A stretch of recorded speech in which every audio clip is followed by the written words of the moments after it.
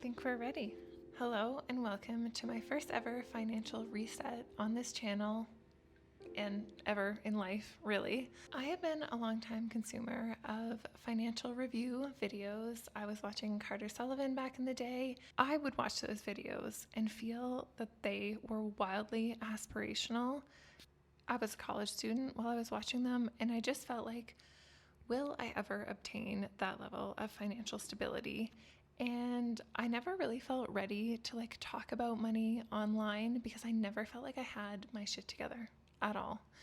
And I still don't feel like I do, but I feel like that makes this the perfect time to start creating these videos because I feel like I'm coming out of a phase where I've kind of backslid on a lot of the financial goals I set for myself. We're in a season now where we are resetting and we are really honing in on our financial goals. So, all that to say, welcome if you're new here. My name is Ruth. I'm a dietitian and I am 32, just turned 32 last week, and I feel fairly financially incompetent. I just don't think I have very high financial literacy. I did not grow up well off. I did not learn how to manage money effectively, but here's me saying it's never too late to change. I'm gonna be a little bit vulnerable and just put it out there. This is how I'm doing financially, and let's go from there. Let's work on our goals together wherever you're at. I think there's always room to make the most of what you have. So let's get into it. I don't even know where to start. I guess I want to give a little bit of backstory. I graduated from my master's in 2023 and I am now 32. So 2 years ago, I graduated from post-secondary education, and up until that point, I was pretty much in school for all of my 20s. I did a kin degree, and then I decided there's nothing I can do with that. Let me go back to school and become a dietitian. So I had to do an accredited undergrad in dietetics, and then I did a master's practicum to become a fully licensed dietitian, which I have been now for 2 years. All that to say, whereas many of my peers graduated at 22, 23 and entered the workforce, I did not. I stayed in school and I just dug that financial hole deeper, deeper, deeper, deeper. Now I've been in the workforce 2 years, and my first year I went hard. I grinded. I had a contract 9 to 5, and then I did private practice on top of that. And I feel like that enabled me to save for an emergency fund. I had almost 10K saved, and then a really tragic thing happened. I met a man, and this man had the audacity to say, "I love you, will you marry me?" 6 months after meeting me. And I ended up moving across the country with him, which I think was one of the best decisions we've ever made. But it also meant that the past year has been spent figuring out how to navigate finances in a relationship, which I feel like no one talks about how actually hard that is, because we came from two very different upbringings. I came from a relatively poor upbringing. I don't want to say poor, we were lower middle class, whereas he came from a more well-off family. So there was this tension in combining our lifestyles, I guess. So all that to say, the past year has not been the best financially, but I decided to turn things around in August and I got a second job. So I feel like we're back on track, baby. When we moved here, I transferred my dietitian license from Ontario to Alberta, and I ended up landing a position at a private clinic starting at 0.6 full-time hours, and then I got moved up pretty quickly to 0.8. So I have had that job coming up on 1 year, and it's at a private clinic and it's salary. So I get paid a salary. Let's just say it's on par with a typical dietitian wage here of $40 an hour. That was pretty good, and I feel like I had amazing work-life balance working 0.8 full-time hours, but I just felt like I wasn't making any traction on my financial goals, and we're trying to save for a wedding. So I ended up getting a second job, which is virtual private practice counseling, and I do that in the evenings and on some weekends or the days that I'm off from the clinic. And that is about 10 to 12 hours a week. And then on top of that, I do meal planning, which I can like bill for some hours spent meal planning. So that's essentially what my financial situation looks like. Obviously, I don't make any money from YouTube at this point or TikTok or anything else. I have some side gigs here and there, like I write for a running magazine. I do some photography for them. That's a little bit more sporadic, but the bulk of my income are from those two sources. So that's the financial situation. Let's get into the meat and potatoes of the financial review. So I started tracking my finances again for the whole month of September. So we'll chat about how that went and kind of my process there and some of my saving goals and intentions going into October. I was very much inspired by Gabby Peterson and her financial reviews. So shout out to her. If you don't follow her, go check out her channel because she does these kind of videos and they're like a million times better than mine. But I actually bought her like budget planning template. Joel got so mad at me for spending money on that because he said, you can just build it yourself. Who has time for that? It was like $16. I'm so happy with that expense. Basically, what I do is throughout the month, I'll track all my expenses or all the transactions on this app called Monify on my phone. I'll go through all the charges on my card at the end of the month and I'll divvy them out under the different budget categories. Once I have all my expenses recorded in the budget tracking app, I will then duplicate those categories in the money tracker and enter in all my other relevant info. I don't know if I'm going to keep this system going forward, but for now, it motivates me. It's visually pleasing, and I don't feel like I'm blindly making purchases. Like I really have a sense of like if my budget is balanced, because I feel like I get to a certain point in the month and I kind of freak out because I feel like I spend a lot of money, but then when I go in and track my income versus expenses, it calms me down a little. Okay, let's talk about how the month went. So starting off with income, so I had my clinic job and from that I made $4,365 and I get paid bi-weekly for that. This was also my first month doing the virtual private practice counseling, and from that I ended up making $1,400 and I was shocked. I think I had hoped that I would make an extra grand a month on that. So I think that's very good. And I think if I get more efficient, I can continue to keep that, I can continue to earn similar to that month to month going forward. I also had a little bit of gift money. So it was my and Joel's birthday and I got $150 and $120 from different family members. And actually I need to update that. So that would be $270. Okay, so in total in the month of September, I made $6,035, but some of that was gift money. So I made just under $6,000 from my jobs essentially, which I'm stoked about. I think I'm going to set that as a goal going forward. Let's talk about expenses. So September was a bit of a weird month because we actually moved apartments. We were living in a 3-bedroom in Killarney and we downsized and moved into a 1-bedroom downtown, and we could not be happier. I'm obsessed. It's got amazing amenities. It's so easy to clean. It is nice and aesthetic to film in.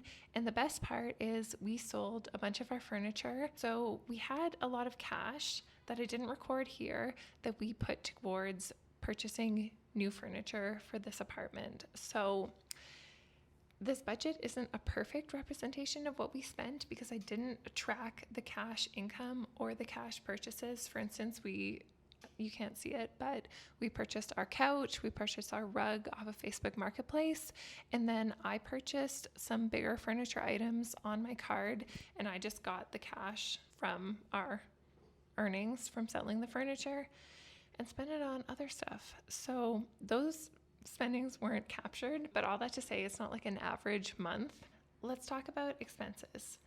We split rent and I pay my half of the rent is $1,040, and that also covers our parking fee, and our building has a gym. So I feel like I'm very happy with that rent price for where we're located and the amenities included. I have $90 that go towards subscriptions every month, which is kind of insane to me because I don't even know what all of them are. In fact, I went in and I canceled my Strava premium that I didn't realize I was paying for. But it's things like Canva, it's things like Epidemic Sound, which is the music that I'll put in my videos, what Apple Music. I pay for Chronometer, which is a nutrient tracking app that I personally use and also use for business. So some of my subscriptions could technically fall under business spending. My cell phone bill is $108 a month, which is so Canadian of me. What else comes up regularly? I think there's some insurance charges that aren't on here for the month of September because we're still switching over insurance providers. So I think that's usually around a couple hundred. So keep that in mind. Other than that, those are really my only fixed expenses aside from my student loan payment, which is $697.55 every single month, which is sickening to think about. But one of my side goals is to pay more towards my student loan so that I can cut down my repayment period. Maybe I'll do a whole video on that, but that's where it's at right now, folks. And that's all my fixed expenses, which is, I feel like, fairly lean. I don't have car expenses aside from auto insurance. Joel owns the car. He pays the car loan. I drive it occasionally. Moving on to our variable expenses. Y'all are going to be shocked with the amount we spend on groceries in the month of September. Bear in mind that we split this 50-50, so this is my half of the groceries. Some of these we didn't split 50-50, like I made Joel a birthday lunch and he made me a birthday dinner. We didn't split those expenses, but I'm looking at this number and I feel like it's actually pretty on par with what we typically spend. There's a train going by. Hopefully you cannot hear that. But our groceries for the month of September, my half, was $836. But in our defense, I'm a dietitian, so I always want a lot of fruits and vegetables, and we eat relatively healthy. But I'm also going to blame Joel a little bit here because he is like a meat-aholic.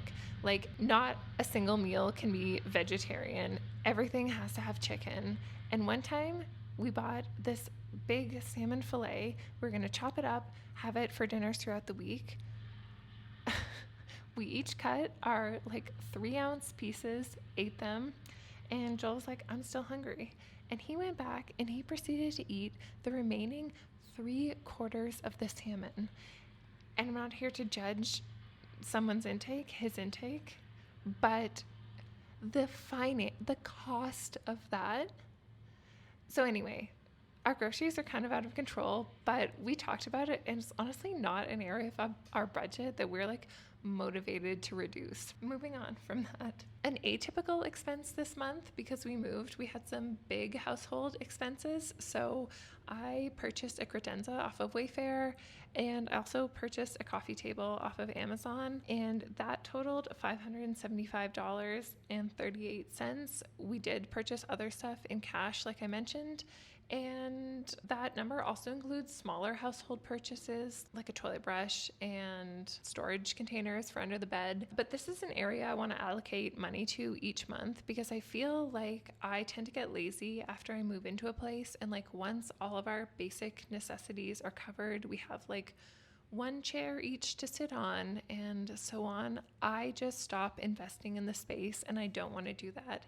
I want to keep investing and keep like making this apartment feel really homey. Frame some art, get some art, just keep making it a really nice place to spend time in. So that'll be a goal going forward. Gifts was another atypical spend this month. It was both Joel and my birthday, and we have a problem spending money on each other. And I'm looking at this number and I am feeling just shocked because I feel like I blacked out and spent that much money on him, which is honestly not crazy. It's $452, but you have to keep in mind we're saving for a wedding, and like we can't be doing that when we're saving for a wedding. Eating out. This is a category I made a little TikTok about because I was a little bit disgusted. I spent $260.38 eating out throughout the month. And you're thinking, well, that makes sense. It's a birthday month. You're going to go out for dinner, go out for drinks. Yes, that was part of the expense, but the vast majority of transactions were me buying Core Power shakes, me buying midday squares, me buying a latte here and there. It was so many of those charges that added up to 200, like I think only 70 of that was me spending money on like actual experiences with Joel. Ideally, I want to keep it under 150 each month, but I want that 150 to be like experiences, date nights, socializing. I don't want it to be because I went to the Circle K 50 fucking times. I have some business expenses this month. I have an LLC. No, I don't have an LLC. I have a sole prop, and I don't want to talk about it because it's not a place where I'm investing time and money in right now. It's just kind of something I have that I may use in the future.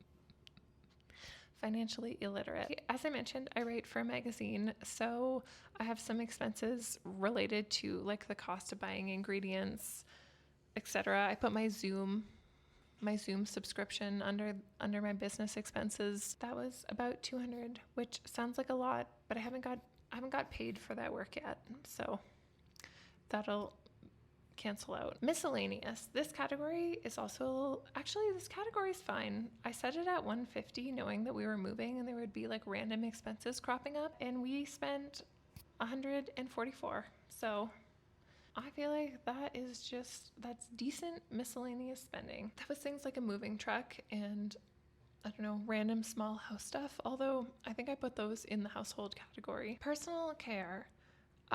This is a category I struggle with, and I don't even feel like I do the most as a feminine woman.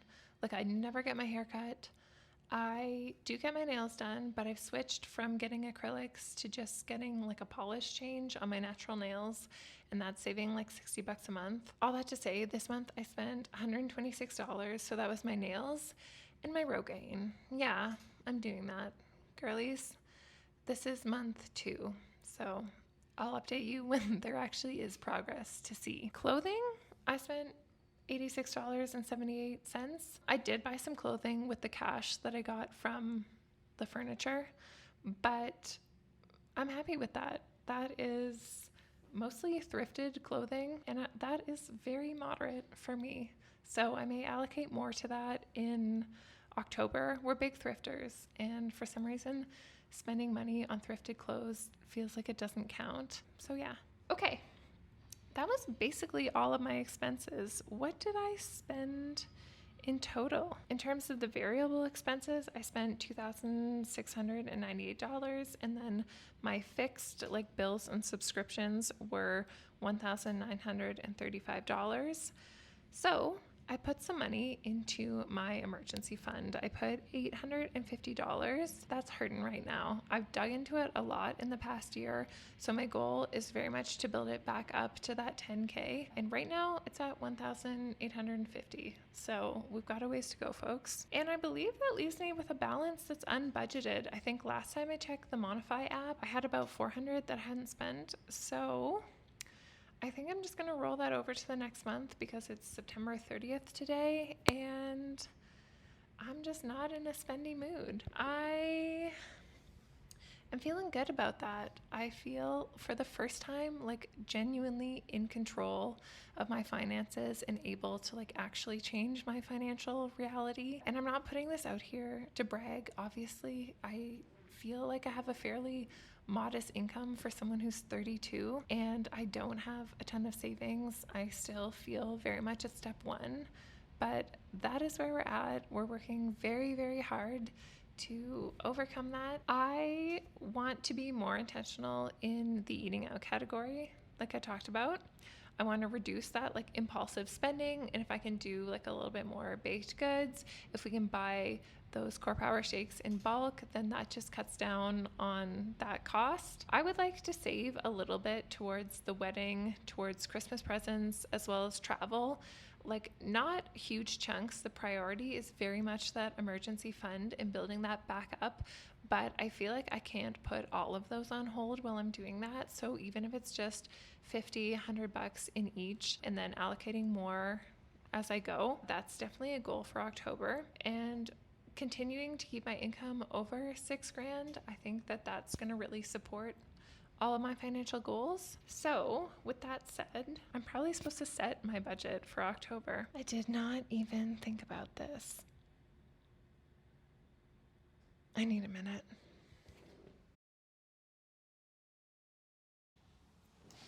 Okay. Goes to show you how green I am at this budgeting thing. I've just copied over all of my budget from September, and then I'm just going to go through and adjust it, and I'll put it on screen. So for September, it had my groceries at $700. I think I might just bump that up to $750. I do think we want to have like a housewarming party, and we could do a little bit better in the grocery department. I think that's reasonable for us. Parking and transportation. I put this in here in case I had to Uber or pay for parking anywhere, and we didn't at all in the month of September. I'm just going to keep that at 50, and if I need it, I can use it. Eating out. I have this at 150. For October, I'm going to keep it there, and that'll include things like cocktails and stuff like that. I don't know why I have a separate category for alcohol. I just include it all in the eating out category. Clothing, let's come back to that one. Health, that would be things like a massage or a gym membership. I don't really have much health spending that I need to do at the moment, so I'm going to leave that at $0. Gifts, okay. It's my stepmom's birthday in October. We're not a big gift giving family, so it may sound stingy, but I'm just allocating $75 to that. For my business, I don't think I have any business expenses aside from account fees and so on. Fun, I'm not having any fun. $0. No, I feel like that just gets grouped into eating out, shopping for clothes. Those are fun. I may need to update these categories a little bit. Okay, household. Small and big. I'm not really differentiating between those in my budget tracker. Maybe that's something I can do going forward in October. I want to say household big 1,000. No, that's a bit much. Maybe we'll say 500 again. Personal care, 150. I feel like I might need to increase that a bit. Miscellaneous, 150. Okay, how are we doing? I need a calculator. Okay, calculator acquired. So obviously all of my fixed expenses are staying the same. Again, I'm gonna assume that I make $1,000 from my virtual side hustle, and then obviously my salary is gonna stay the same. So I'm budgeting with $5,365, and I am going to subtract my bills from that, and then I'm also going to subtract what I budgeted with my expenses so far. Okay, that's about 1,000 left over. Oop, forgot to pay myself first. I'm going to set a goal for myself to save $1,000 this month, because that'll give me a good chunk in my emergency fund and a little bit distributed in the other categories. Okay, that leaves 51 left to budget.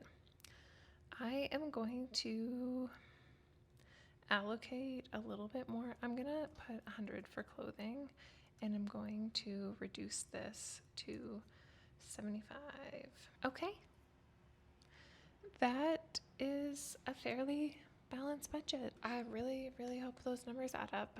Okay, we made it. That is officially my October budget reset.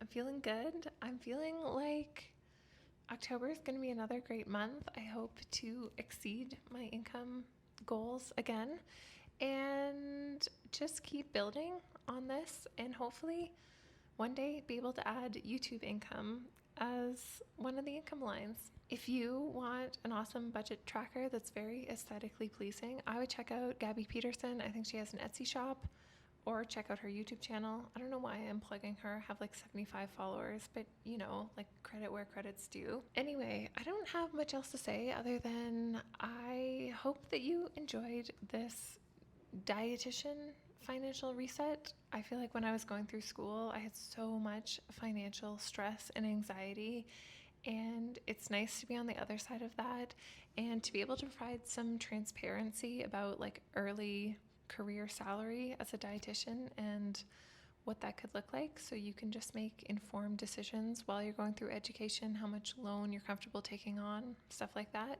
because I didn't do that.